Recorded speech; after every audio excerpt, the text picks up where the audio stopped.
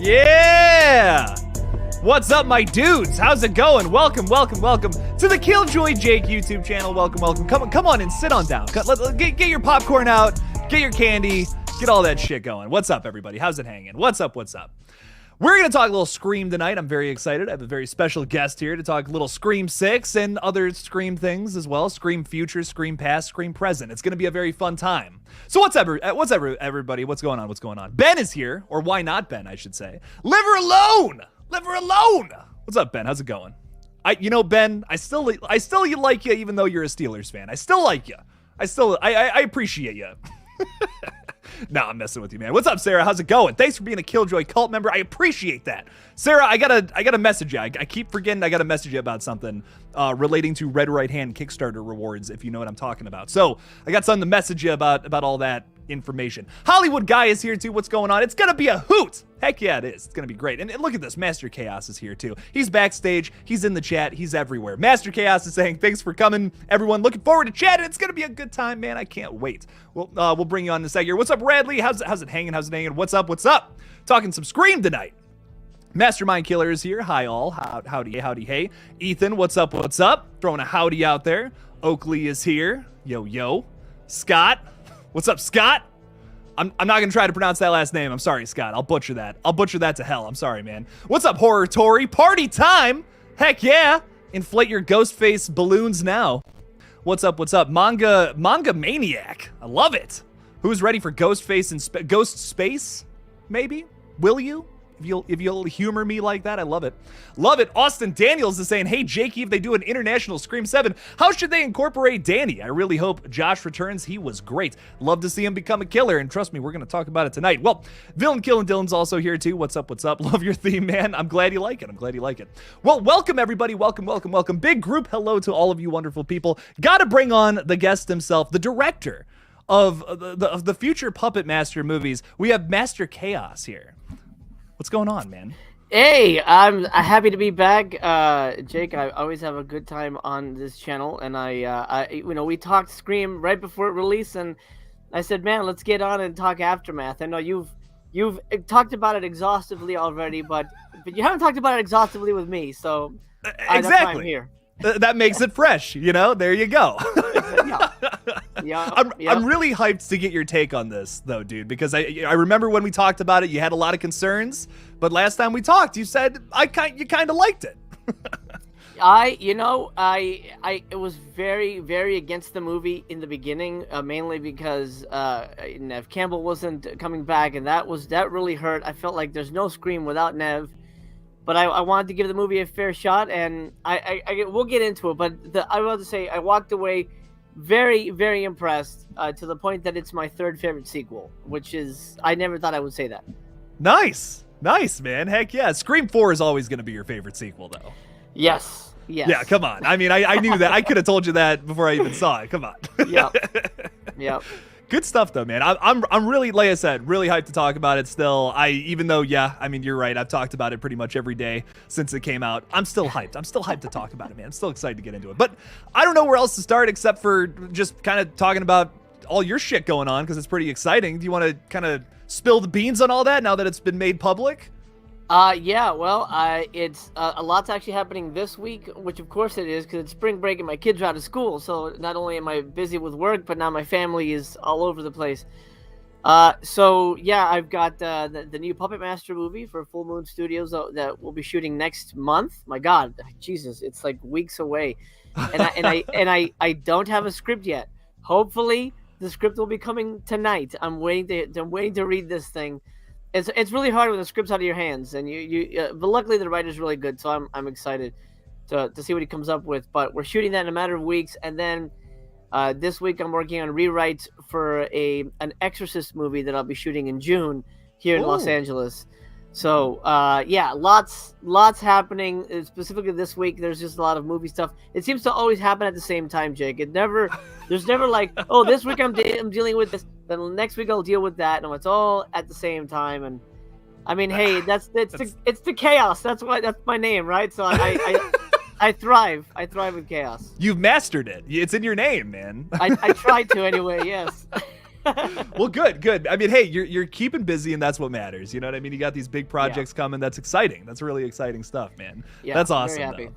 Heck yeah. Well, congrats. Seriously, congrats on that, though. That's so Thank cool you. to be working on like this big franchise like that. You know, it's just exciting. It's exciting stuff, man. Yeah, So, it's funny because we talked off air about franchise filmmaking and being a part of like, oh, this is a legacy franchise, and I have newfound respect for Radio Silence or anybody working with a franchise, and like, oh, it's not as perfect as it could have been.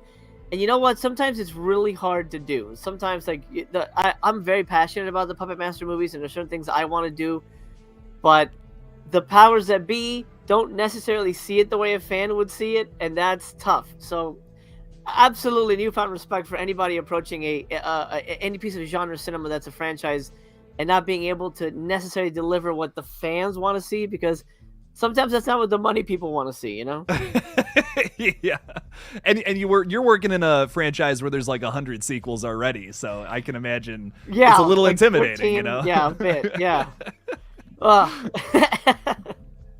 But hey, it's still exciting stuff, man. I can't wait. I'm super pumped. You're filming it here in my hometown, so I'm super hyped about that too. Really exciting stuff. Really good stuff. Awesome, man. Well, let's get right into it. The Scream shit that we basically have been teasing this whole time. Let's just get right into it. So first off, Master Chaos, what did you think about Scream VI? What were your just initial overview thoughts of this? So I have a thing with the Scream movies since the first movie. When I saw it in theaters, I walked out and go, oh my god, that was amazing, and I watched it again immediately that night. So from then on, my tradition is I watch every new Scream movie twice opening night. I remember walking out of Scream 6 and being like, holy crap, was that amazing? I think that was kind of amazing. I was like, right from the beginning, I was really impressed with the movie. And after my two views, I was like, damn, I don't like to say this because I like to let the movie marinate and really think about it, but I'm like, this is my third favorite sequel. Like, I think this is it's absolutely Scream 2, but it's it's a better Scream 2. You don't have Jerry O'Connell singing, I gotta say, I really like the bridge the ladder crossing over sequence way better than Sydney and Hallie crawling over the unconscious Ghostface. I always thought that scene went too long and felt a little too slow, especially on rewatches, because nothing's gonna happen. So I don't know. I just think it is Scream 2. It's basically Scream 2, but I think it's a much more rewarding, much more fun version of that. And so even though, and we can talk about the finale, because I think that's the one thing that I really want to get your take on. Even though it's essentially a carbon copy, I think it's a super rewarding movie, really fun, and it made me retroactively like Part 5 even more, because I didn't like Scream 5 that much. But now it's like, man, I really like these characters now. I really kind of care about them now. And this solidifies the fact that, as sad as I never thought I would say this, but as sad as it sounds, maybe it's okay if Sydney just has her happy ending and Ghostface can go kill other people. And I never thought I would say that. And for the movie to change my mind like that, it's movie magic. That's all I can say. That's pretty crazy. I didn't think I'd hear those words ever come out of your mouth, man. I'm gonna be honest. Yeah, it's crazy, man. But this one was fun. You know what I mean? Like, it does definitely borrow some elements from 2. Like, I do agree with you, but I think it finds ways to kind of twist it and grabs it by the neck a little bit and takes it down its own path. And it's fun. It's rewarding, like you said. I think it's for Scream fans especially who are fans of that film and have seen it. It's like, oh, this is kind of a similar thing, but we're taking things a little differently. We're, like you said, we're retroactively building upon 5 a little more. Like, Richie is much more fleshed out as a character now, I think, because of Scream 6. It's a really interesting approach. I don't know. I was definitely craving, like, going into Scream 6, I wanted something just completely fresh, nothing that ties back to the original, but yeah. I was still pretty impressed with this one. I still had a fun time with it overall. Yeah, I think another element that I think really works really well for 6 is that it we said it, so it's kind of like beating a dead horse, but it is a fun movie. 5 is very dour. It's very depressing. There's no real fun moments. I think Mindy tries, but the movie's really kind of not depressing, but it's a dark, dour movie. It doesn't have that fun energy. The 6 has a fun energy, and there's always either at any moment in every scene where like so you get a smile on your face just watching it, or the characters themselves smile. I don't think Sam and Tara smiled at all in part 5. You know what I mean? Yeah, there was no smiling. There was no right? smiling in that Nobody film. was smiling, but like here, like they're joking around, like, "Oh, you like cute boy" and all that stuff. I thought that was great. I think it humanized them and it absolutely needed that. There are a couple plot holes that we can discuss, but I'm curious about your thoughts when it comes to the reveal of the killers. I mean, we can talk spoilers, right? Because people know. Okay. It's been like what 3-4 weeks at this point. Come on. We're spoilers ahead for Scream 6. There you go. Spoiler warnings out the gate. Spoiler. But yeah, let's just get right into that. So like Scream 6 killers, I will say I think 2 of them are possibly my very least favorite of maybe the entire series. But I think I really like Detective Bailey. I'm not saying he's my favorite. I'm not saying that. He's maybe like 6 or 7 on the list.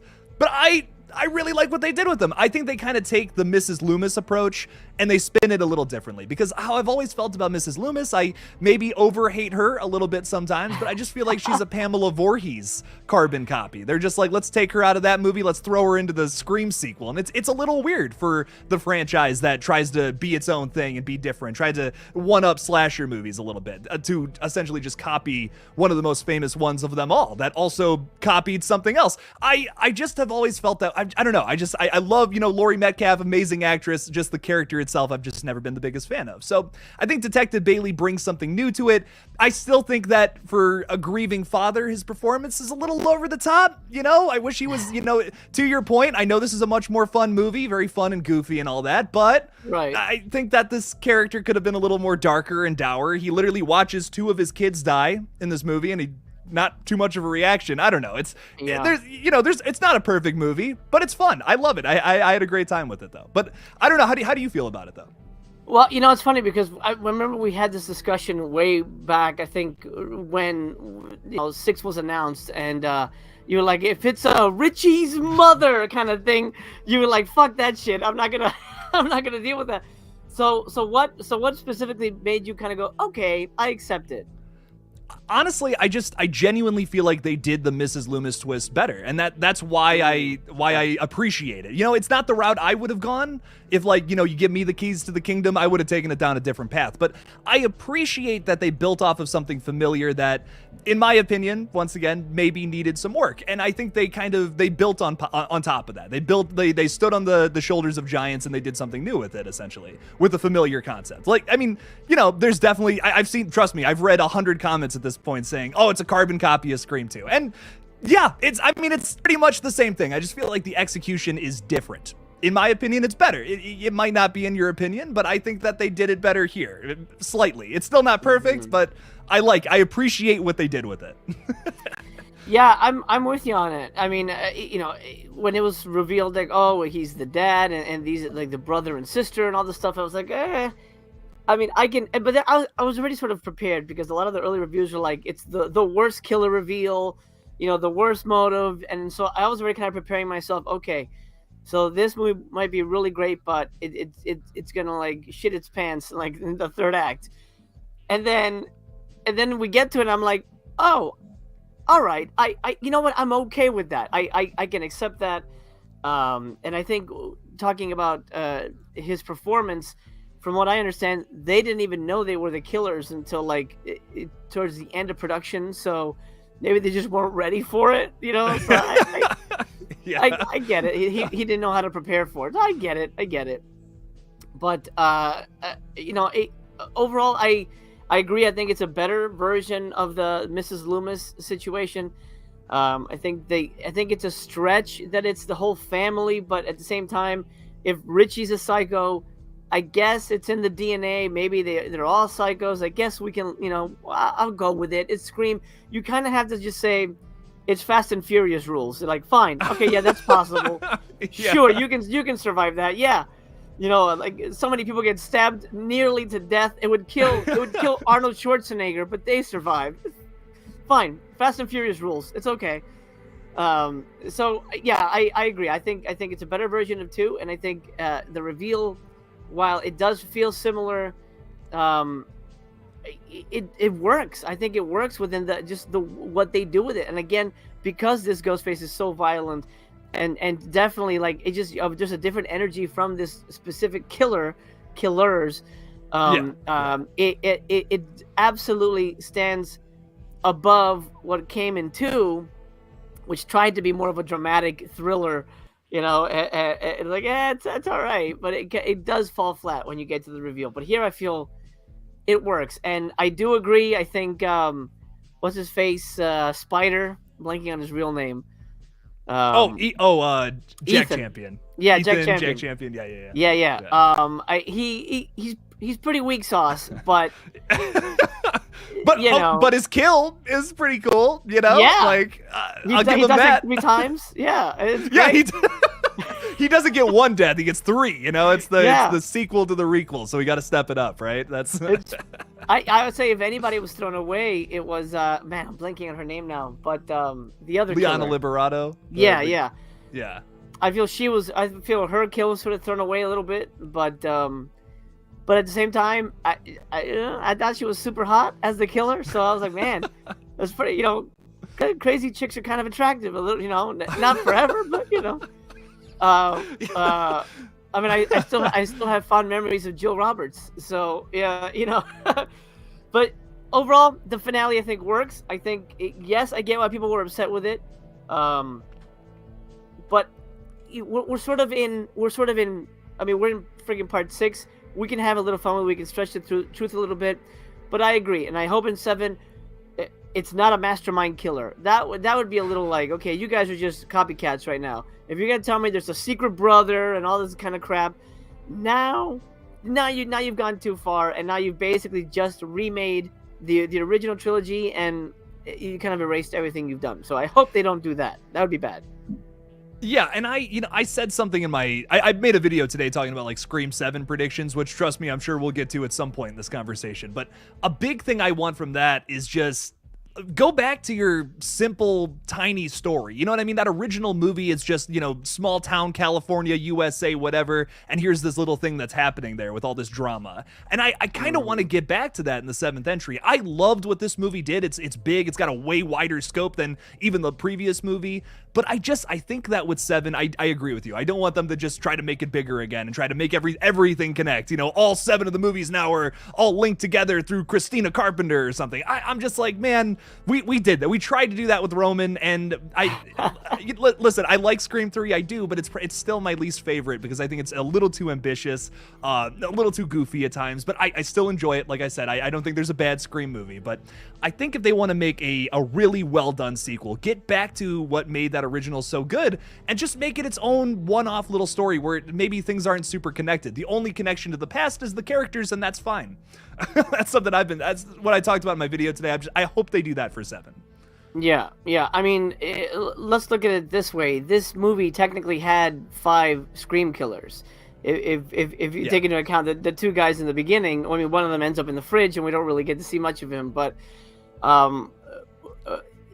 that would have been as satisfying. I mean, if we got to know that character more, and and maybe the Samara Weaving character. I mean, we all knew that she was the fresh meat. She was obviously going to die in the beginning. There's no way she survives. But I think they should continue that in the 7th one. Let's do something really different. We got 3 killers. Okay, great. Don't do the mastermind killer. Go in a different direction. Maybe Sam does snap and she is killing people, but she's kind of doing like the Dexter thing where she's only killing bad people. And then she's getting, and that's one of the elements I really love from 6 is I didn't like her character in 5, but in this one, I really felt bad for her. And I think that's why it's a better version of 2, because in 2, we don't really feel bad for Sydney because, people are crank calling her or whatever. Like, oh, that's the girl from those murders. But here, people think she really did it and she got away with it. And I love that element. I love it because that's that you bring that true crime element that feels like that, YouTube conspiracy theory kind of shit. Like, oh no, she framed them all. Love that so much. And I want them to kind of explore that a little bit more after all these murders. Like, oh man, she killed the cop, all this stuff. Like, I want to really build off on that. And yeah, bring Christina Carpenter into the picture. Bring the mom in. You got to cast somebody big. I mean, at this point, you got to bring someone in. that's like, oh wow, oh, they got so and so. That'd be great. Like But Selma don't make- Hayek or something ridiculous Yeah. like that, you know? Yeah.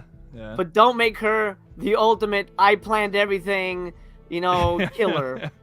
We're that's expecting too it. much. You know what I mean? I mean, like, everyone's talking about that. If you go onto any Scream 6 stream or Scream 7 stream, that's what people are talking about. They're like, oh, it's going to connect and it's going to be a Roman thing again. And it's like, we're all expecting that, man. Like, don't do exactly that. I don't know.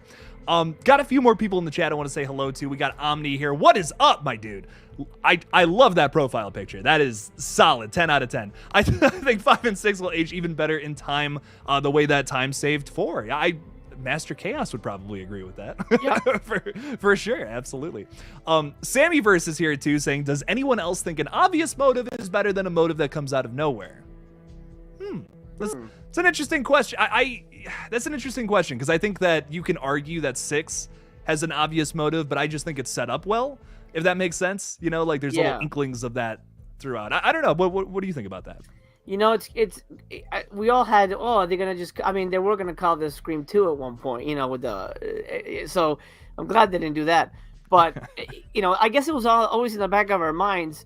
But I never thought they would actually do it. But the fact that they did it is kind of like a reverse psychology kind of trick.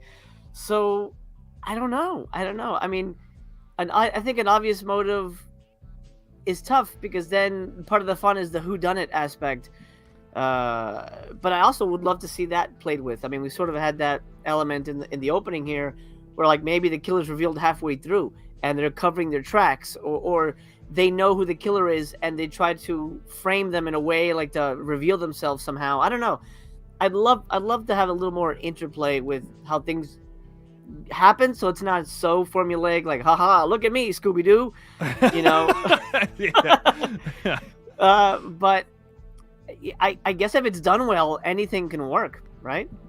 Yeah, and it's not always about the motive, but I will say that is what I feel differentiates a lot of the movies. You know what I mean? Like when you get something that's so out of left field, it's like, I'm killing you because you took the last cup of mustard or something at Cane's or whatever the fuck. You know what I mean? Like something like when it's something like, don't write that down. That's terrible. But when it's something so out of left field like that, sometimes it can feel like a bit of a sucker punch. But maybe when it's set, like you got to do it. There's a middle ground here. I feel like that's the perfect answer. When something's set up, it's nice. It's in the background. You're not paying attention to it, and then it all comes and becomes the biggest point of the movie. If that makes sense.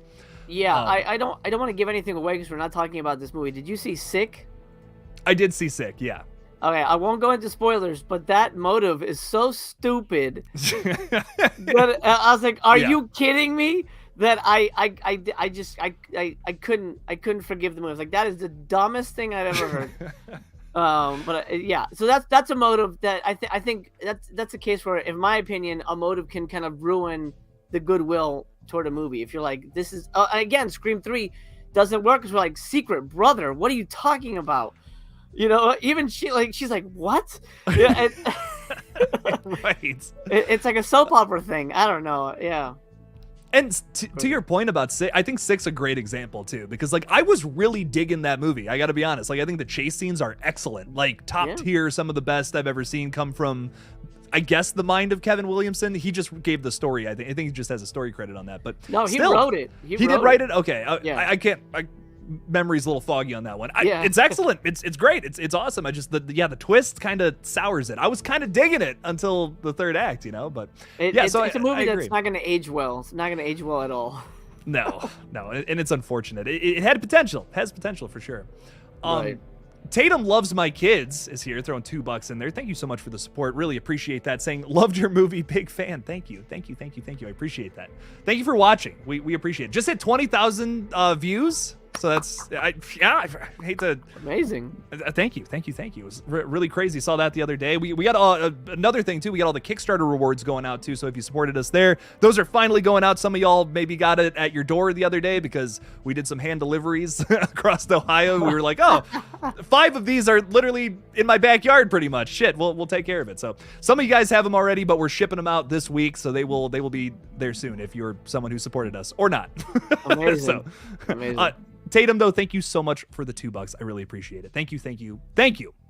But getting back to Scream 6, we talked about the killers, we talked about overview. Let's take it from the top though. What did you think about that opening scene? Because I feel like that's one of the strongest points of maybe the entire movie, personally.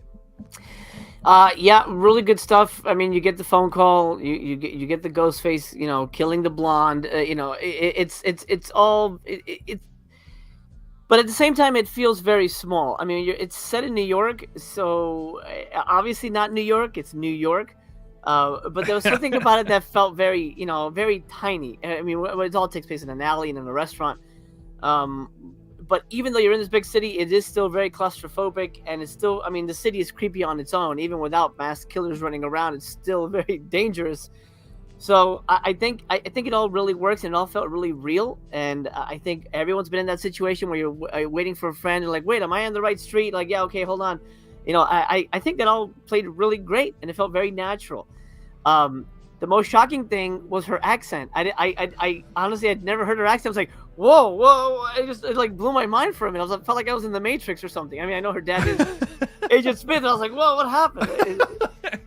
Agent Smith's niece right there, you know what I mean? It's great. Yeah, dude, yeah. It's nuts.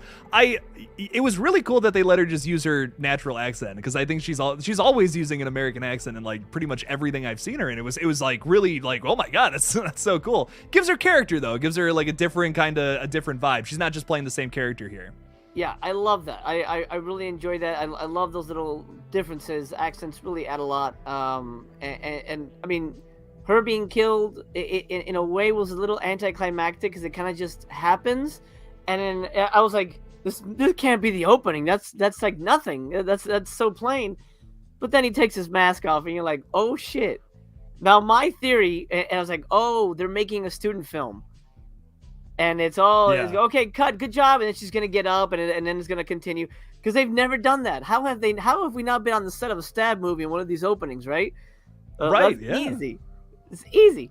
So it wasn't. It turns out he's the killer as well, and he goes on, and they've been planning this whole thing, and I love seeing that element. The one, I mean, I guess not a nitpick, but I guess they sort of explain it. Like, how does Bailey and the kids know about these other guys? I'm guessing they met on like the Ghostface forums. I don't really know. Well, so Kirby says later on that they had like some weird messages on the subreddit for Stab or whatever that she had been closely tracking. So like Bailey could have had access to that information. They don't really explain that all that well, though. I will, to your credit, like they never really talk about that. But it's one of those things where I'm like, I'll take it. They were working together, fuck it. Maybe somehow he figured that out. But Right. I just love the idea of a ghost face killing another ghost face. Like, that was just so shocked. I was so shocked. I was like, I was kind of thinking the same thing. I'm like, okay, yeah, I knew Samara Weaving was going to be the opening kill the moment she got casted. I was like, yeah, of course that was going to happen. But then I was like, wait a minute. He took his mask off. It just kept holding. There was no title card. Where the fuck is this going? Right. I really dug that. I was really interested in that personally. I thought that was like a whole new take. I almost would have been fine if the movie would have just kept going off of that. Just who the killers are the whole time. That would have been kind of interesting. It would have, and I hope we get more unique takes on the formula going forward. Hopefully, 7 will give us something just as interesting, and then maybe keep going with it, and not necessarily retroactively remake what's been established. But yeah, opening was great. I think it's very fun. It's very different. I like that. It's essentially a guy. We get a girl being stalked, but it's a guy being stalked by Ghostface, which is very rare. That's it's mostly ladies, and I love that. I think they did a really good job with that. Oh, yeah, no, it's excellent, man. I real quickly want to thank Tatum Loves My Kids for becoming a Ghostface tier channel member. Thank you so much for the support. I appreciate it. Every new member gets a glass of Kool-Aid, by the way. Drink it. Don't ask about the contents of it. Don't worry about it. Anyways, thank you so much again. Thank you. Appreciate it. But getting back to it, but moving into the more of the plot of the story and all that. So you do like the core 4 now where they're at, because in 5 I remember we talked about this and it was like characters are a little underdeveloped. I'm not feeling the emotional connection as much. How do you feel about them in 6 though? Great. I really love them quite a bit, and I think the biggest issue with 5 is, Tara's in the hospital for the entire movie. Yeah. And there's no growth. Nothing is allowed to happen with her specifically. So here they said, well, let's not do that. Let's have her interact with the rest of the cast and not wait till the third act. And it works. I mean, I think it was the whole Chad situation was kind of a surprise, but a nice surprise. Again, Chad made no impression on me in 5, but here I really liked him. He was the the Papa Bear of the team, protecting everybody. I like when shit goes down and he's holding his hand out and making sure everybody's protected behind him. I like that. I think it's a really good little detail. I don't know if he did it instinctively or the director said, okay, now you're just gonna make sure you protect them, do that stuff. I love those little elements. I love the romance. I love that they got to be, kids, and they got to, have a range of emotions beyond crying all the time. Because I feel Sam was crying the whole time through 6. Like she was always at one level, so a heightened level the whole time. But here she got to smile. She got to have a little romantic, interlude. All that stuff is great. And honestly, it just builds upon what we saw in 5, and it makes 5 richer, way more interesting. On in going back and rewatching and being okay, I know where this is going. So, I'm a little more predisposed to liking these guys than I was, before 6 came out. Which, yeah, I mean, I guess a sequel could do that, but I think they really nail that character building in this one. And I will admit, that was a complaint I had after 5 too. I needed a little more from them, I think. But with this movie, admittedly it is a bit of course correction, but I think they nail it so well that whatever they do with 7 with these characters, it's gonna be emotional. We've been a big thing with this movie that I've been seeing online is the criticism of Chad not dying at the end of this film. Like he should have died. He got stabbed 100 fucking times. Oh, we're gonna trust me. We're gonna get into that. But my big thing about it is it's like that was your proof. The proof is in the pudding right there. I was upset, dude. I was like, no, oh my god, I couldn't believe it. I was like, I can't believe they killed Chad. And then when he comes back, I'm not gonna lie, man. Me and the rest of my theater were going nuts. Like, yes, let's go. I can't believe Chad lived. It was awesome. I really think they have once again though kind of set up 7 that they have to do certain things. We have to have an emotional death, I think, now in this movie because of how well 6 set up this emotional connection we have with all 4 of these characters. Real quickly, and I'm totally getting ahead of myself though. What do you think about that with 7? Do we have to kill one of the core 4 in the next movie, or you don't care? I mean, I don't really care as long as it works. I mean, it's one of those things like I feel like they took out Dewey, so one of them does have to die, just out of revenge. But gotta keep it fair. Gotta keep it fair. You gotta keep it fair, man. But the core 3 survived Scream 3, so technically, I think this has the most survivors of any Scream movie, if I'm not mistaken.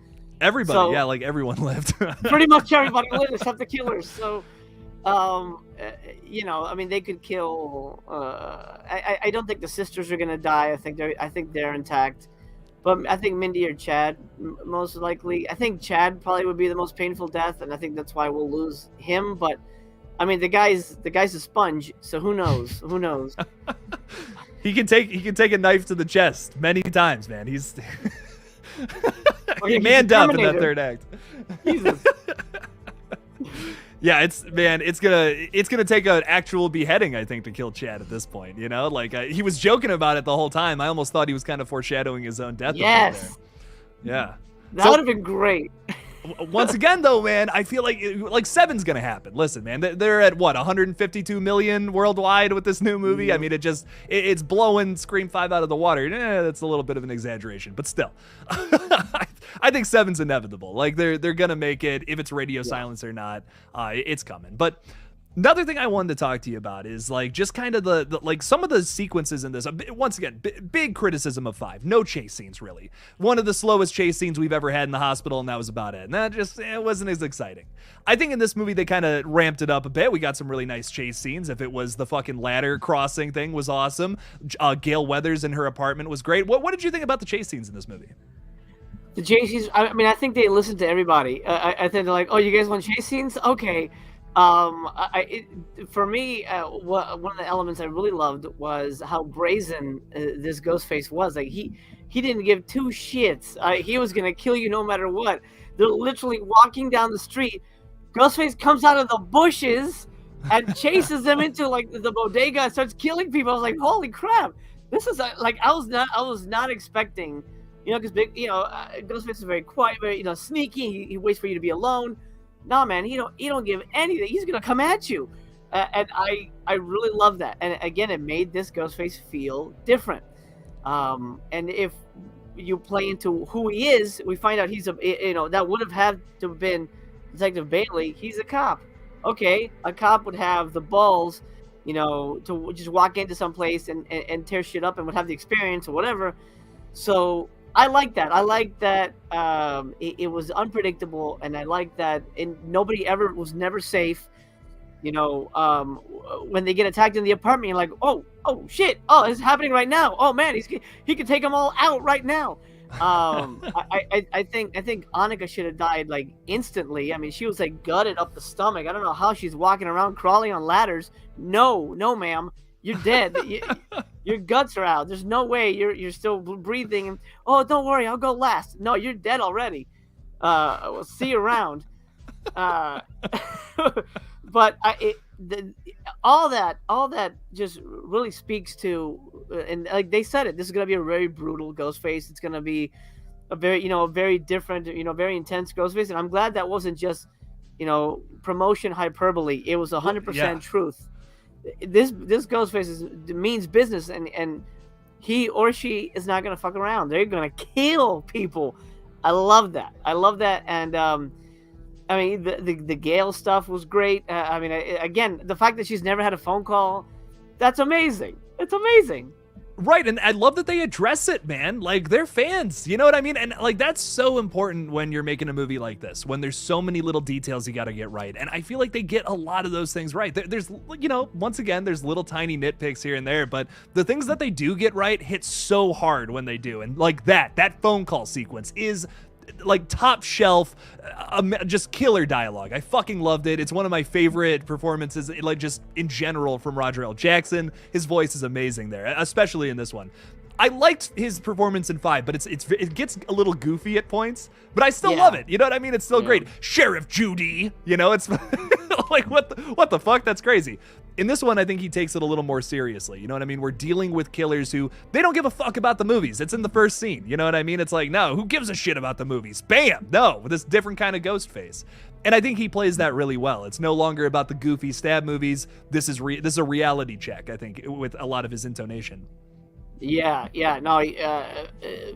just expert work from him, because it's so hard to you're sitting in a phone booth, a sound booth, I should say, talking into a microphone. So I mean, he gets the props he deserves, but Roger L. Jackson brings so much to this franchise, kind of like with Chucky. Like, if they, you can't cast anybody else as Chucky, you can't cast anybody else as Ghostface, because at that point you're like, no, you now it's just pretend. Like, now it's no longer fun anymore.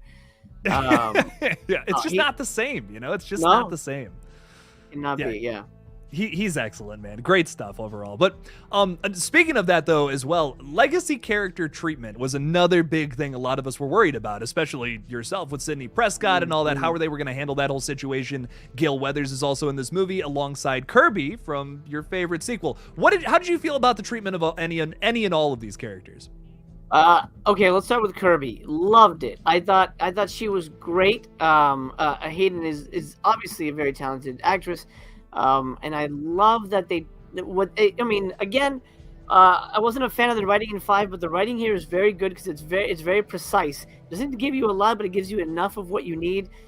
Like, Tara asked her, how did you cope with it? How did you survive? She goes, I woke up in the hospital and decided I didn't want to be scared of the monsters anymore. I wanted them to be scared of me.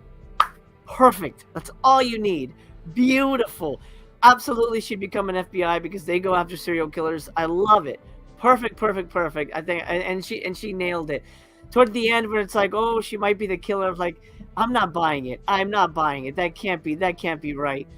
And I'm glad she wasn't, and I'm glad that she took out Jack Champion there with the with the TV. Great. I mean, honestly, I don't know how Craven feels about it, but I think that's pretty much closes the book on Stu, right? I mean, we saw somebody else die with the TV. It's done. The same TV, like the exact same TV. It's like, man, I don't know. If I don't know, like people are trying to talk about the conversation that Mindy had with Kirby about like, whoa, well, if you think he's really dead, that is sarcasm, my dude. Like that is sarcasm at its finest, making fun of, you know, the people online who think he's still alive. You know what I mean? Yeah. And it's not malicious. You know what I mean? It's not malicious towards fans who want to see that happen. It's just it's poking a little fun. You know what I mean? That's all it is. Absolutely. And then Gale's the only character that I think suffers a little bit because they basically go back to Gale in Scream 2. Yeah. She lost Dewey. She's had all these traumatic events happen to her. She says, I'm not going to write about these assholes. They can die in anonymity. I'm going to write about a good man who was a sheriff of a small town or whatever. And then what does she do? She goes right back to Gale Scream 2. She writes a tell-all book. She shits on the Carpenter sisters, and you're like, what's happening? Why would you do that to Gale? Like, I feel like they completely just forgot any kind of character development for her. And then she comes back. She goes, "Hey guys, truce. I really want to help." I don't know that I can trust her now. You know what I mean? She's like literally backstabbed these people. Gale's book is the reason that people are looking at Samantha suspiciously now. You know, I think they did a disservice to her in terms of growth. Yeah, that's my negative when it comes to legacy characters, specifically with Gale. How did you feel about that? It's one of those things where I'm okay with it, but they should have went somewhere with it. Like if they would have killed Gale in this movie, which I know. Sacrilege, blasphemy. Oh God, you can't do that. It would have served the story though. You know what I mean? That's my thing about it. It would have made sense to kill her by taking this dark turn, reverting back to her old self, essentially. All that character development she's had across, let's say, past 2 movies, that's out the window now at this point. And I think that would have been a perfect place to end it. But now I'm just like, yeah, we set up all these things with Gale. We've been doing that for the past couple of movies. And that all kind of didn't go anywhere. You know, you just killed all of that in 6 to take it down this other path. And I thought this was set up for her death. You know, it was like, she can't be a better person. She can't do it without Dewey. And that was going to be the end of her. But then they didn't kill her. So I don't know what they're trying to set up with Gale. I don't know where that's going now. I feel like it's a little directionless. But right. I would have been, like I said, I would have been okay with it if they killed her. But now I'm just confused. Yeah, I agree. I have, and Gale actually ties into my biggest plot hole with the movie, which we'll get to in a moment. But the other legacy character, and this is a moment I think, again, really just incisive dialogue. This is all you need. They mention Sydney, and they say she deserves her happy ending. And you know what? I got a little choked up at that. I'm like, she does. Okay, movie. Continue. You know what I mean? I was like, all right, you patched it over. I'm good. You're right. She does deserve her happy ending. She's in the world. They didn't like kill her off camera because that would have been like horrible. You know, it's like, oh, she died in a car accident or she got killed by some ghost face, and like, oh, Sidney Prescott's like in the newspaper and she's been killed or some shit. They didn't do that. She has her happy ending. She has her family. I'm good with that. She can come back one day. I'm fine. But yeah, the Gale thing I think is my biggest issue. Can I tell you what my plot hole is? Yeah, no, hit me with it. Yeah. Okay. So Gale writes. Maybe you guys have all discussed it. I don't know. Gale writes this tell-all book about what happened, about Richie being the killer and blah blah blah. So you're telling me that in her research, she never researched Richie's parents? She didn't go, oh wait, you look like Richie's dad. Oh wait, well actually I don't know if she never met the other people, but but Jack Champion was there, so I was like, oh wait a minute, aren't you look like Richie's brother? How did that never come up? Yeah, she's not. Right? Yeah, that was another big criticism about that too. Was like, how would Sam, after dating Richie for like 6 months, not know what his family looked like? But here's my thing about that. Like, I have definitely dated people where I did not know any of their family members within a while of dating them. You know what I mean? Like, I've been in that situation before, like, where it's just a little more casual. Things are not as, like, oh my God, I'm so in love with you kind of situation. That's kind of how I feel about Richie and Sam. It's kind of just like, it was a more casual relationship, I think. It wasn't like, I'm bringing you home to my folks kind of thing. So that's why I'm fine with that. But yeah, maybe there is like, okay, what the fuck? How did that not come up? Right, and he was using a false name in 5. He was Richie Kirsch, right? So okay, fine. Sam wouldn't have known. I get it, but after he died, his real name should have come out. You fingerprint. His name isn't Richie Kirsch. It's Richie Bailey or whatever. Oh, what's the family? Like, I feel like the fact that in part 2 they address it as like, oh, she had plastic surgery or whatever, and she lost a lot of weight or something. And again, Sydney never sees Mrs. Loomis till the end, and when she sees, she goes, Mrs. Loomis. So there's the recognition there. I feel it's a huge plot hole that specifically Gale doesn't make the connection that Bailey is the dad. I feel it's almost movie breaking, but it's one of those things where you kind of just have to. I guess she didn't do her research, and you kind of just have to let it go if you like the movie enough, I have two. So I got two things to that too. Like, one, when you're in a situation like that where things are tense, and also like you might miss something like that, but at the same, the bigger point is that she's not in the movie that much. You know what I mean? She's not involved for that long, and I feel like that's also another reason why she might have been a target, more like not early on, but mid movie. Why? Okay, she might know. You know what I mean? Let's knock her out now before she says something. So I mean, there's.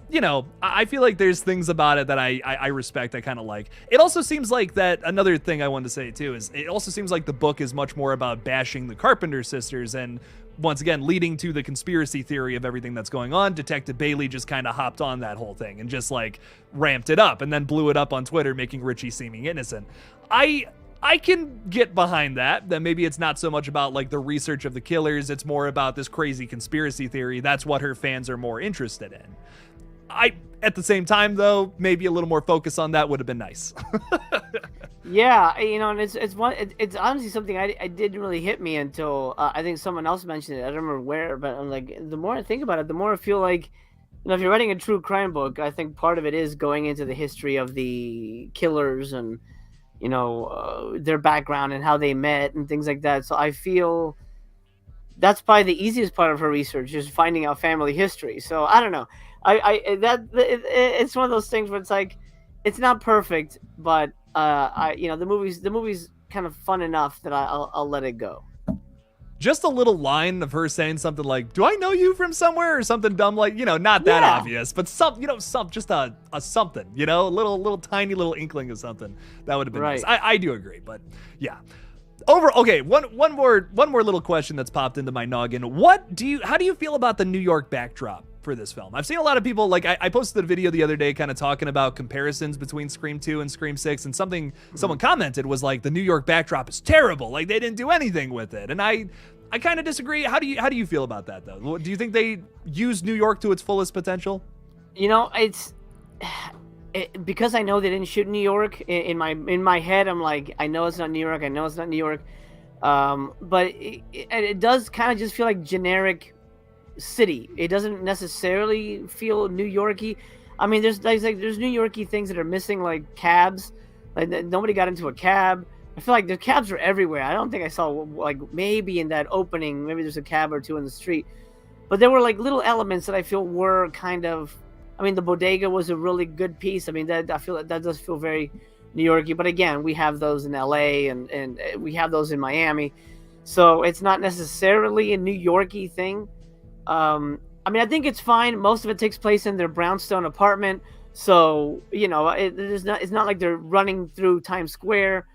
But again, Jason Takes Manhattan really feels like New York because he is in Times Square. There are elements that feel very New Yorky. At least they weren't on a boat the whole movie. You know what I mean? Right. That's what I thought about. Oh. Thank God. It would have been kind of funny though. It would have been kind of funny if there was just a scene on a boat. It would have been like, God God damn it, Scream 6. I swear to I'm gonna fight somebody, man, over this scene. Ugh. No. It should have opened on a boat. That would have been great. But I like that they show Jason 8. I thought that was a great little a little tip of the hat, because it's like they know what they're doing. So it's not like they're like, oh, what? There was another movie shot in New York. So I like that. I was okay with it. I thought it worked fine. I feel if we're talking about locations, I feel the Hollywood in Scream 3 was used better in terms of like feeling like this is LA. This is, this feels like very different from Woodsboro and very different from Windsor College. But it's also the characters too, I think, in Scream 3. Yeah. There's a lot of very Yes. Hollywood feeling characters in Scream 3. There's not too much of that in this movie. Like, I think that it's like, once again, the characters I think are much more college oriented, especially in the new people. But Detective Bailey, I think, has a little bit of that New York cop vibe to him a little bit. I think Darth is talking about the subway scene. Like, that's very New York, I think. That's very scary. the subway is the most New York thing in the movie. Yeah. And like, I feel like that's how that would actually play out if someone got stabbed in a subway and was asking for help. I feel like people in New York wouldn't care. They just get off the subway. They'd back away from you and get to where they're going.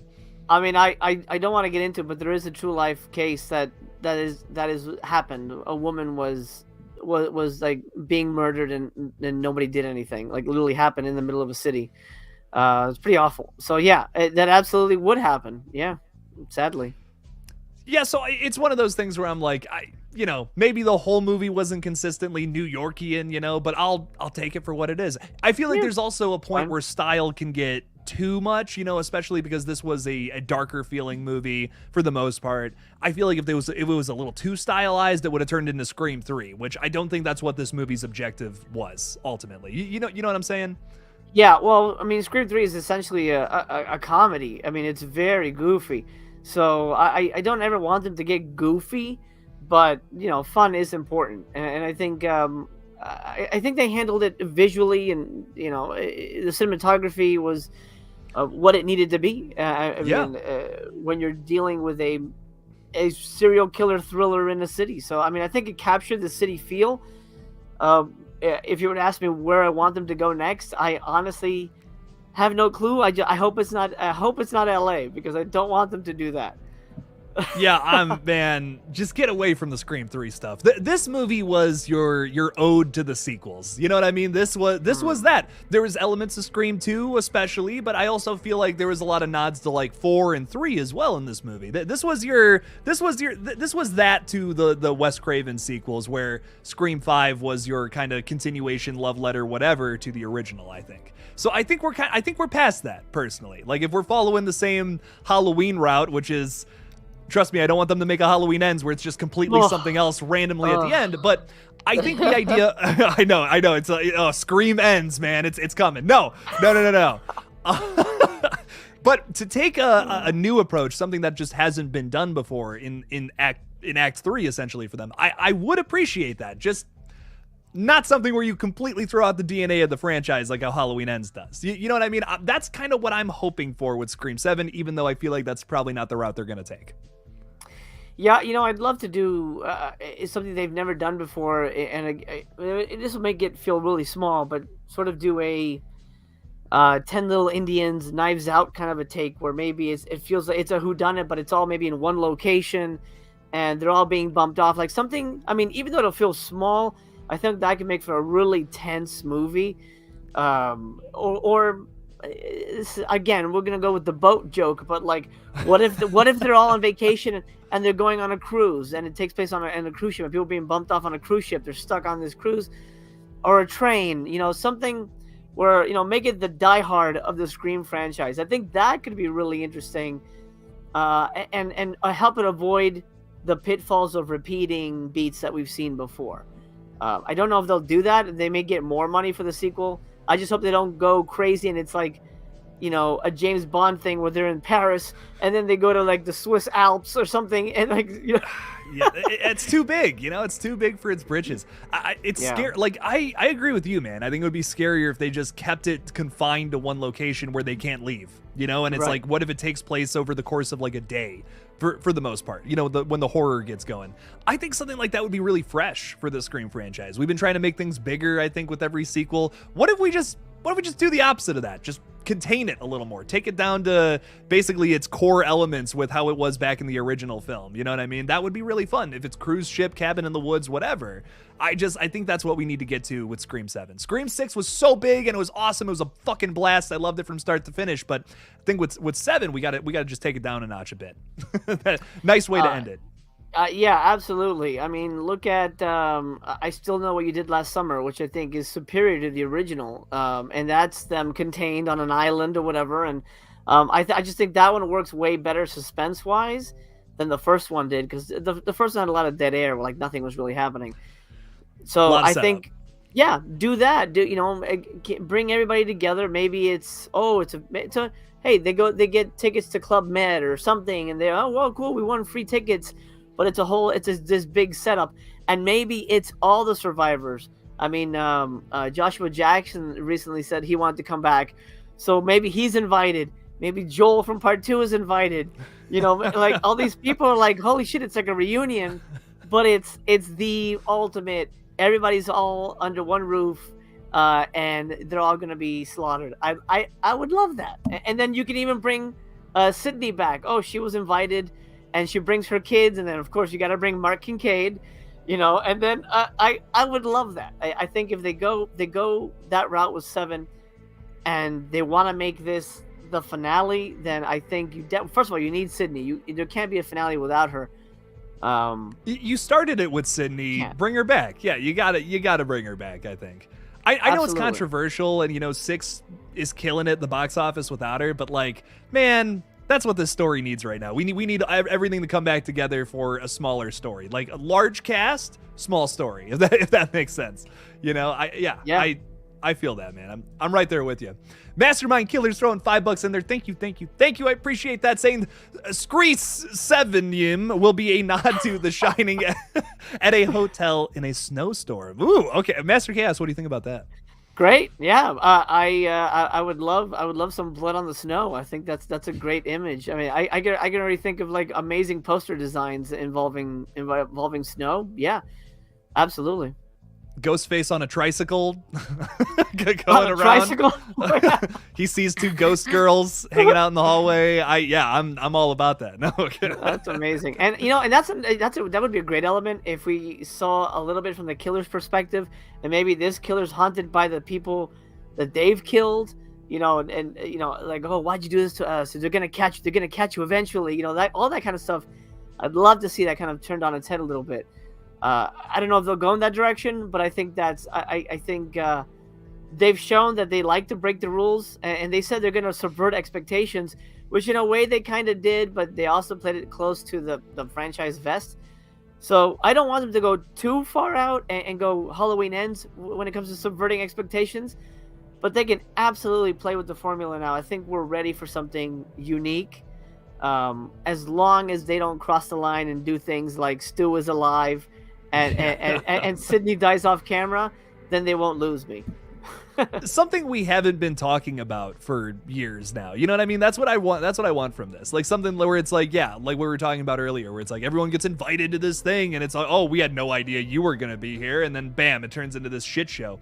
Something like that I think would be really fun. And something where it's not like, I feel like every time I try to pitch theories with people, you know, it's always like, let's take it to the next step. Let's make this bigger, bigger, bigger. And I love this idea better because it's not what we're expecting. This subverts expectations because everyone's expecting sequels to get bigger and bigger and make it, the body counts are larger and all that. Randy even says it in Scream fucking 2 and Scream 3. Let's take it down a notch. Let's take it down a notch, build suspense a little better, do things in a smaller location like this. I love the idea of a hotel in a snowstorm. Like that, I think that is really cool personally. That would be really fun. Maybe the location thing's a little gimmicky, but it had me excited for Scream 6. I was super pumped. Scream in New York, Ghostface takes Manhattan. I'm fucking there day one. I don't care. Like I love that shit. I'll eat that up. So Yeah. I don't know, Scream in a cool location. It's fucking sweet, and I love seeing this franchise thrive, personally. But Absolutely. I mean, now I think they sort of built that into the world, that there's this whole online community of stab fans who certainly want to take it to the next level. So, oh man, Richie failed. Oh man, it looks like their parents took his dad took a crack at it. Okay, well let's do better than they do. Absolutely. And then you got to think about what happens to that shrine. Like, where does all that stuff go? Does it just go back into police lockup, or, when everybody leaves, does somebody break in and steal all that shit back so that the next person can like take the mantle? Well, and think about this too. Like, they were just some rich kids from Atlanta who collected all that stuff, and they were gonna do their own killings and all that. What happens if, there's a billionaire on that subreddit or some bullshit, who's also really into all of this? What are they gonna do? What's their master plan gonna be? How insane is that gonna be? And maybe that's far-fetched. Maybe that's starting to get into fan fiction territory and all that. But we're in entry number 7, and if anything good comes from any of these movies, I'm impressed at this point, because on paper, none of these should be good. You know what I mean? It's like, holy fuck, these are still so good. This is still such a super consistent franchise. And I think it's because we're taking different, we're going right when we should go left. That's what this franchise has always done. It's gone against the norm and brought something new from it. And I think that's really fun. So Mastermind Killer, thank you for the $5 though. I really appreciate it. Thank you. I like the way you think, my friend. Very good stuff. Very good stuff overall. But we kind of already talked about the killers. How do you feel about the end of this film, though, with Sam putting on the robe, Billy's robe, going Ghostface, essentially, stabbing the shit out of Detective Bailey, and then leaving the mask at the crime scene, littering right in front of cops? Well, how do you feel about that whole maybe conclusion to her killer arc, essentially? It's funny because when that happened, I'm like, I really hope nobody's filming this, because this is total like conspiracy. Like, she was holding the mask, guys. Her hands were bloody. How did nobody see this? Yeah. I mean, it's like, you probably should have not brought that out with you. I mean, I think, again, the ending, it ties into almost all the endings. You got the ambulance, and like the survivors are all together. Chad coming out is very much Dewey surviving. Oh yeah, Dewey's alive, great. So I think it's a very good, it's a very happy, it's a hopeful ending. I love the song, the Demi Lovato song. Me and my kids, we play it all the time. It's very catchy. I like that the Scream franchise now kind of has this cachet that it could be like the horror film version of the Bond franchise. Maybe in the next movie we get, someone else to write like another catchy end credit song. I would love that. I think I think it leaves the franchise in a really good place, because I think generally people really liked it. I think even though people can have issue with it, I think the kills are absolutely the most bloodiest, I should say, we've ever had. There's no kill that feels like a throwaway. I feel you feel every kill, even in the convenience store. You feel, that poor guy getting stabbed in the neck, and the shotgun guy. I mean, like it everything feels very visceral, and I think you needed that. You didn't. I love Scream 4, but I do feel Kirby's death is a little underwhelming. Her stabbing is a little underwhelming because it happens off camera, and you don't really get she's just gonna get stabbed and that's it. Now we know she lives, but at the time I'm like, that was kind of a weak death for such a great character. Now, luckily, she's redeemed, and now in a way, Part 4 is almost incredibly crucial to the franchise. Like, it can't go on without Part 4, and I'm so glad, because now people can look at Part 4 with different eyes. Yeah. Oh yeah. But yeah, 6. The franchise is in such a healthy state, because everything, I think, was not necessarily by the numbers, but it was all satisfying, and it was all stuff that I think the fans wanted to see. Not only was it violent, but it was fun, and there's a lot of quotable lines from it, and it's rewatchable, which I think my issue with 5 is that it didn't feel rewatchable because it's such a dour movie. It's like, it's kind of depressing. Like, oh, we're back in the hospital again. Like, it just doesn't feel like there's any real growth in terms of like locations. Here, things are happening. They're moving. We're always in a different thing. Oh, we're doing a stakeout at the park. Oh, okay, now we're in this van. We're eating some chips. Like we're having some jokes. Like there always felt like there was momentum, and I like that. And when we get to the ending, it's like, okay, great, what's next? I'm really excited to see where this goes, and I'm hoping, again, kind of where Halloween Kills left us, we're like, wow, that was really interesting ending. I really hope it pays off, and where Halloween didn't, I hope Scream 7 does. Yeah, because there's definitely an agenda with 7, especially if Radio Silence come back and do it. Like there's stuff that has to happen, I feel like, in this next movie, which I don't love that. You know, it keeps us in suspense a little bit. It's almost like having a cliffhanger without having a cliffhanger in a way. You know what I mean? And that's where I'm at right now with the franchise. I'm very happy with 6 overall, but yeah, there are a few things where I'm like, this has to happen in 7, or I'm like, what the fuck? You know, it's going to be the same thing with Halloween Ends, where they set up all this stuff with the Frank Hawkins, you know what I mean? And that goes nowhere. Like, why was that even in the movie? That just absolutely no payoff for that, because he has like literally 2 scenes that are pointless in Halloween Ends, and it sucks. And I hope that doesn't happen in this next film. We kept this boyfriend character alive too. This is something we haven't even touched on yet. We kept what the fuck is his name? Josh something? I can't even. Oh, so Segara? Josh Segara. There we go. Yeah. I can't think of names, man. That's where I'm at in the stream. Josh Segara's character, I'm shocked that he lived through this movie, honestly. Like, I really thought somebody was gonna die in the subway, and thought it was gonna be him. You know, all bunch of main characters there. You know, it's got to be somebody. He lives through this. There's got to be a point to that. You know what I mean? If you're just having a dude live to have him live, I don't know what's going on. I need some payoff with this. I almost talked about how my big theory was that with this movie was that I thought he was going to be the killer. He shares a name with the Dead by Daylight killer from the video game. So I'm like, oh shit, are they setting up something kind of crazy like that? Maybe there's your connection point with Scream 7. You know, maybe they're setting him up to be this secret killer this whole time. He's a little too understanding in the movie, I feel like, with Sam. He's a little too like, yeah, you know, it's totally fine. You're getting chased by a murderer. Fine. Yeah, that's cool. I feel like most guys would get the fuck out and leave. But that's just me.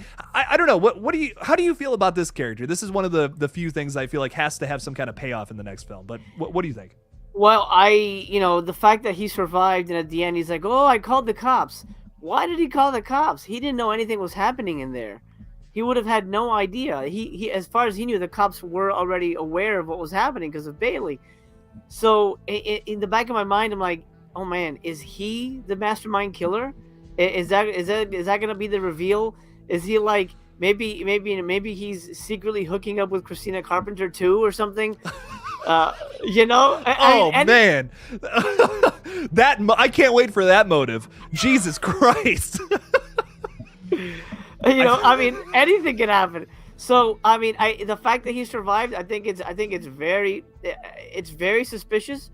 You know, of course, the boyfriends always have a bad history in this franchise, and I think it's kind of perfectly teed up that, like, well, yeah, he was in on it with them, but because Sam was like, oh, don't come in with us, I can't trust you. It was kind of like, oh crap. I mean, obviously Bailey and the other people found their way in somehow.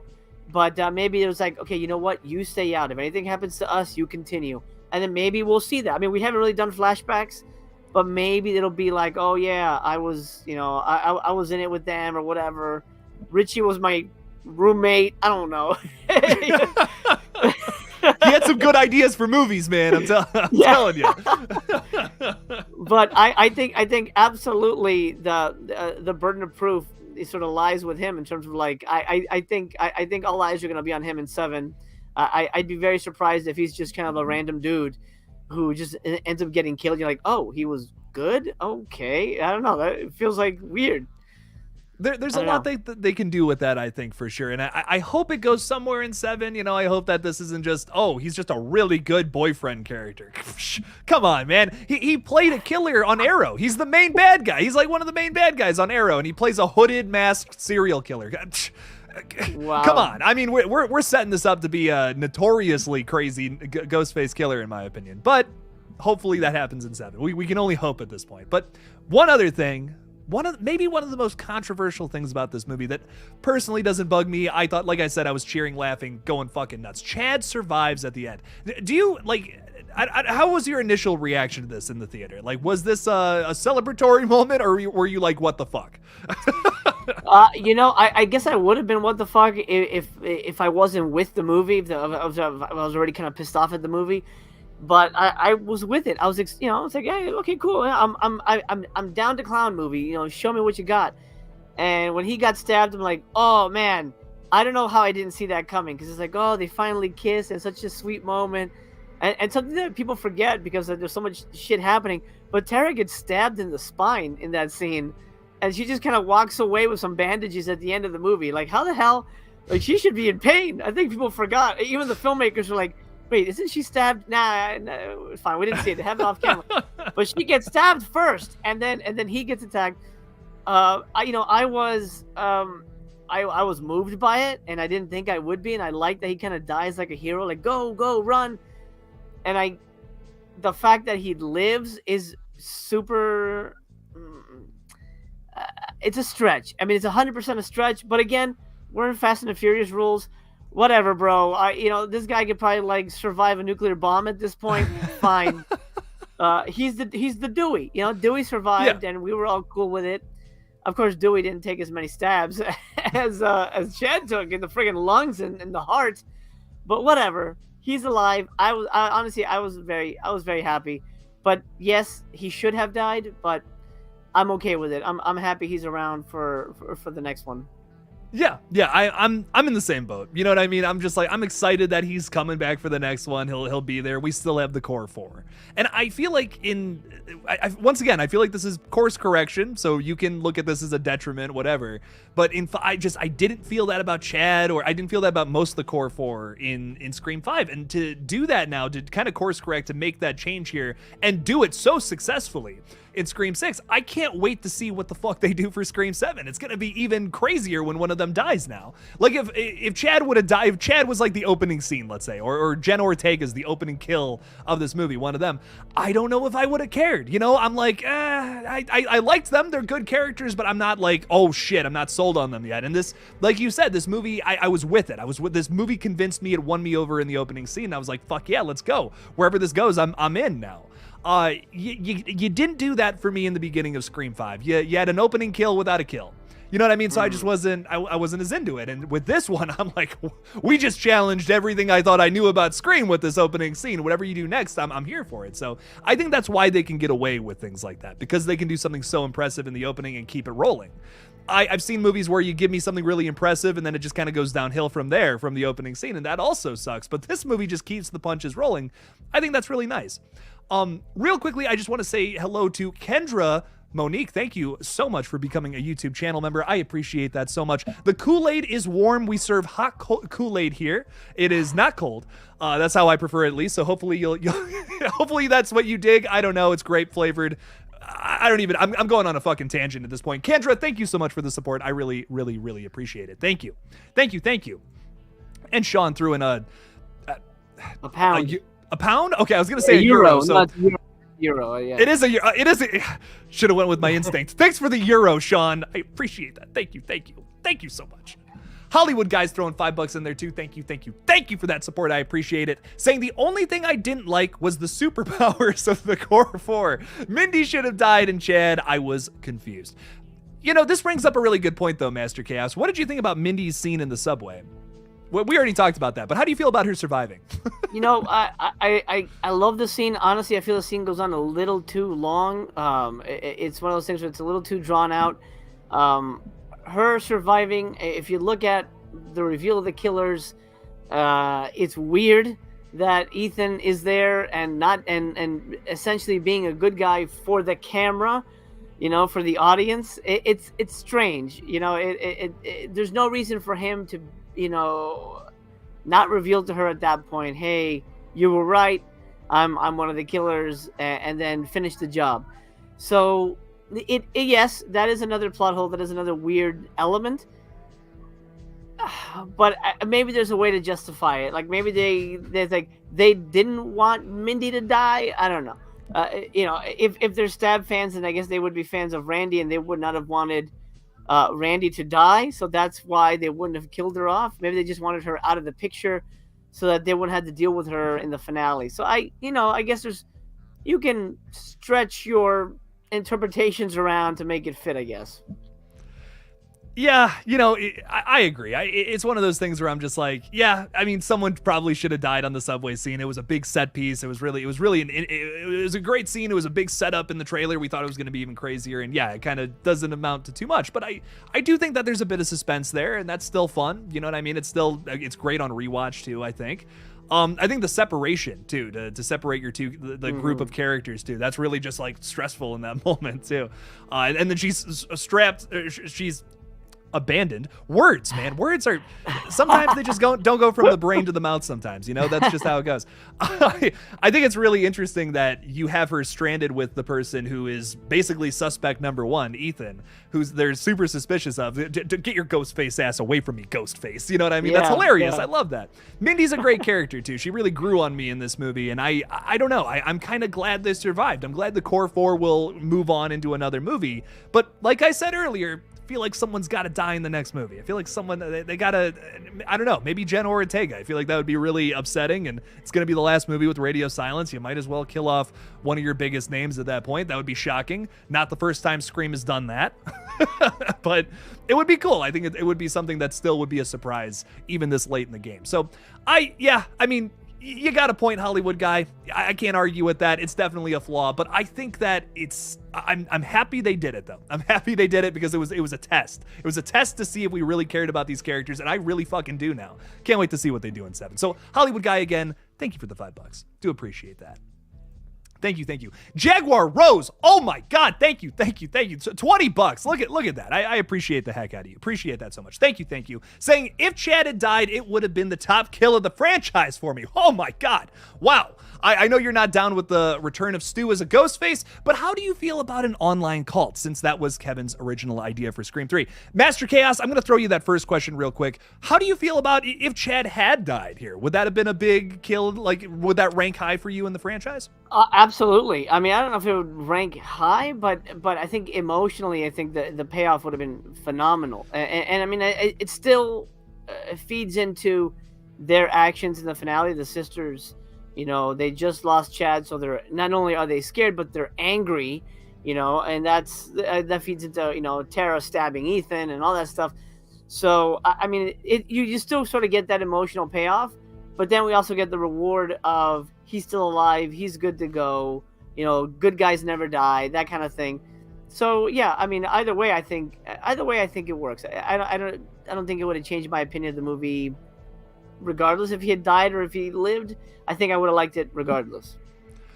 Yeah, I've seen some people make the argument that it's like they had their cake and they ate it too, but what can I mean, imagine here's the alternative real quick. Just picture this. Chad actually fucking dies in that scene. Like, that happens. And then at the end, Mindy runs up, oh my God, my brother's dead. You know what I mean? Like, just losing her mind, and then the Demi Lovato song starts playing. You know how out of place that would have been? Oh my God, still alive. What? No, yeah. No, he's not. He's not still alive. Like,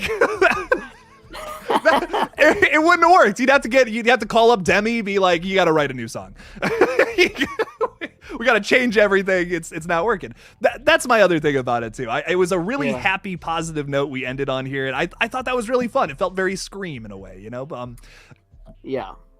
But to the next point Jaguar has here is, I know you're not down with the return of Stu as a ghost face. How do you feel about an online cult? I'll throw that to you. I mean, I think that's I think we spoke about that briefly. I think that's where they're going with this. At least this seems like the setup, because the whole Richie subreddit or whatever.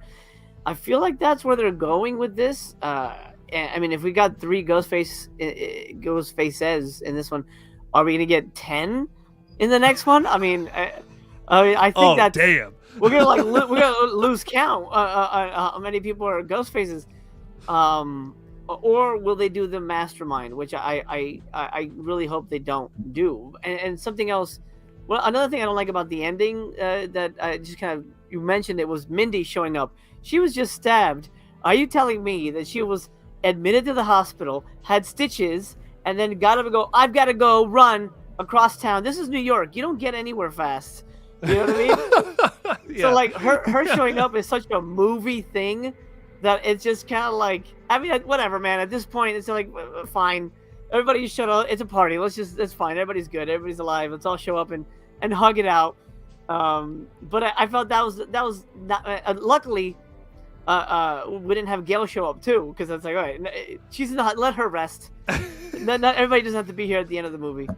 But yeah, you're right. That would have been very tragic if she's like, "Where's my brother?" But again, I think they probably just would not have put her in that scene, and it would have just been the two sisters, and they're still alive. I think you still would have had the triumphant moment of victory. Hey, we made it one more time. Yeah. Yes. But yeah, online cult, absolutely. I think that's exactly what they should do. And I with that established in the world, then we could potentially have Scream movies forever, because it's just the next Psycho to put a Ghostface mask on, which is I think a detriment to the franchise in a way, because then I think you're kind of watering it down, and then it's like, once we're done with the Carpenter sisters, who it's gonna be? You know, we've had the Latino family. Now let's do the Asian, you know, family or something. I feel like maybe that's not a good idea, but because I feel like keeping it with Sydney, you're contained, you're confined. It's a perfect bubble. You stretched it out a little bit. I don't want it to keep going, because then you're just watering it all down. I think that there's a way that you can end the online cult thing, though. Like, I definitely see what you're saying, where it can kind of turn into Fast and Furious a little bit, where it's just like, this can go on forever. But I think that there's a way to end that in a movie if you make it all about that. And then we don't have to talk about that again if we don't want to, or we can bring it up again, kind of like the Stab movies. You know, I mean, there's an infinite amount of Stab fans out there too that I'm sure are pissed about Stab 8 that might want to kill somebody over it. You know, I feel like there's a similar argument there. I feel like if we do a movie that, because there's been a lot of setup to this, if we do a movie that just focuses on that and then just like, this is it, here's the online cult movie in Scream 7. That's it. You know what I mean? There you go. That's the end of that story, and we can move on and do something else in 8, 9, 10, whatever. We can have Christopher Landon do it. Fuck it. That would be fucking awesome. Yeah. He's my second choice for Scream personally. But I'm down for that. I'm down to flesh that out and like actualize it in one film, but then I think that's where we end it, because the Stab films, I feel like that whole idea of like fans getting pissed about that, or we're using that as a motive or whatever, it's a little overdone at this point. We've kind of beaten that to death, and we're setting that up here in Scream 6. I don't want the same thing to happen. I think, yes, we kind of have to touch on that in the next movie because it's been set up. It was a really big deal in this film. We had literally 2 sets of killers. One of them didn't care about the movies, but one of them fucking did.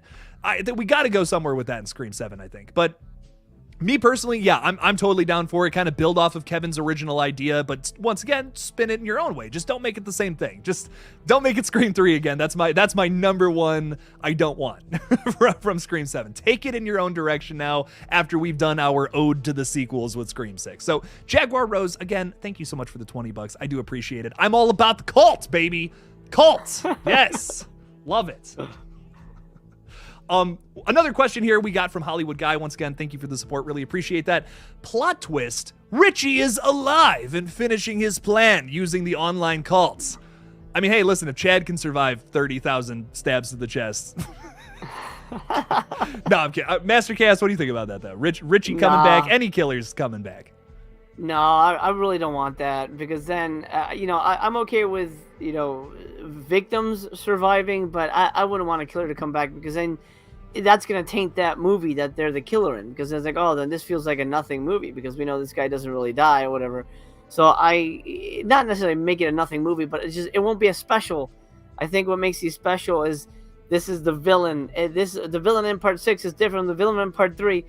So I think I don't want anybody to come back. I feel Richie should be dead. Talk about plot holes. If any of the killers are alive, I mean, Gail wrote a book about what happened. She wrote multiple books. If you're telling me that she forgot to research, oh wait, did Stu actually die? I never even really looked into that. Yeah, right. It's like, don't bring anybody back. No one's gonna like that. You think you want it, but then when it happens, you're like, it's gonna fall flat.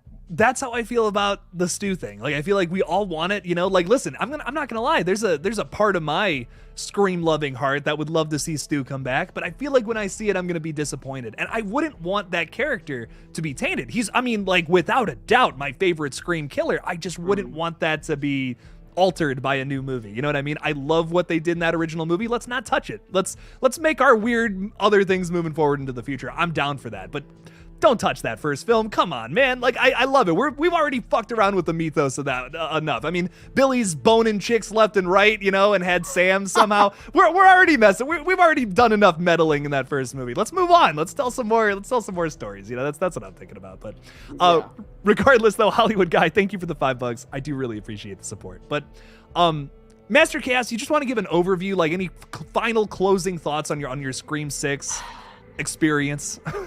I walked in, I was excited. I think the trailers really set me up for it to be at least a really good Scream movie.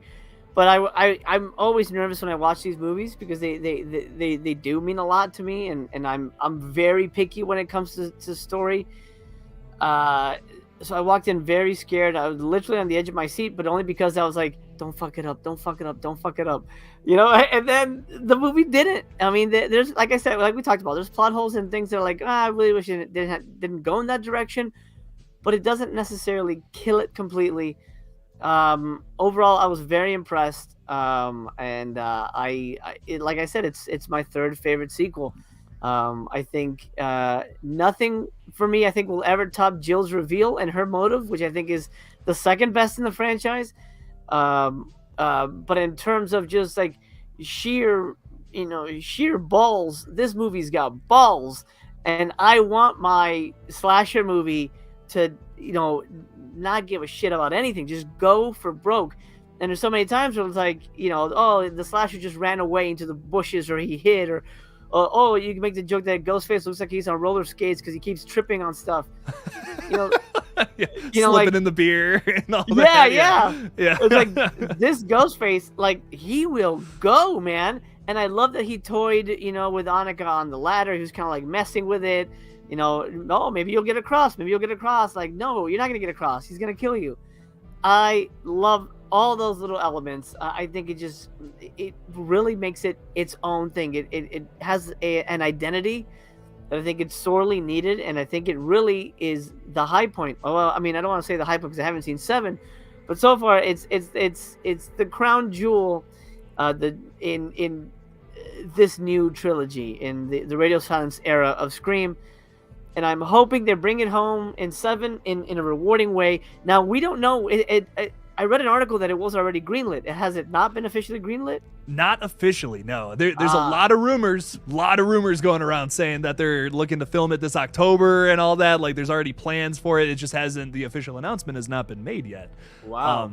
Has me a little worried, I'm not gonna lie. We know that Radio Silence is, they're attached to the new Escape from New York films. Like, none of that's locked in or anything yet, but like, that's in the works. That's probably gonna happen. I worry that they're gonna, either not do 7 or rush it out so that they can move on to the next thing. I hope that's not the case. I feel like maybe that was the case. I wasn't there. I wasn't on set with David Gordon Green and all that. I feel like maybe that was the case with Halloween Ends.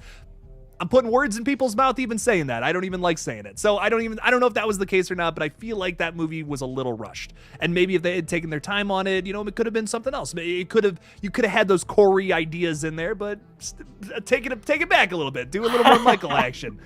I hope the same thing doesn't happen with the Scream franchise. I have a little more faith in Radio Silence, though, personally. I mean, it's obvious that they're fans, and obviously they care about what is happening on screen and what's happening to the characters.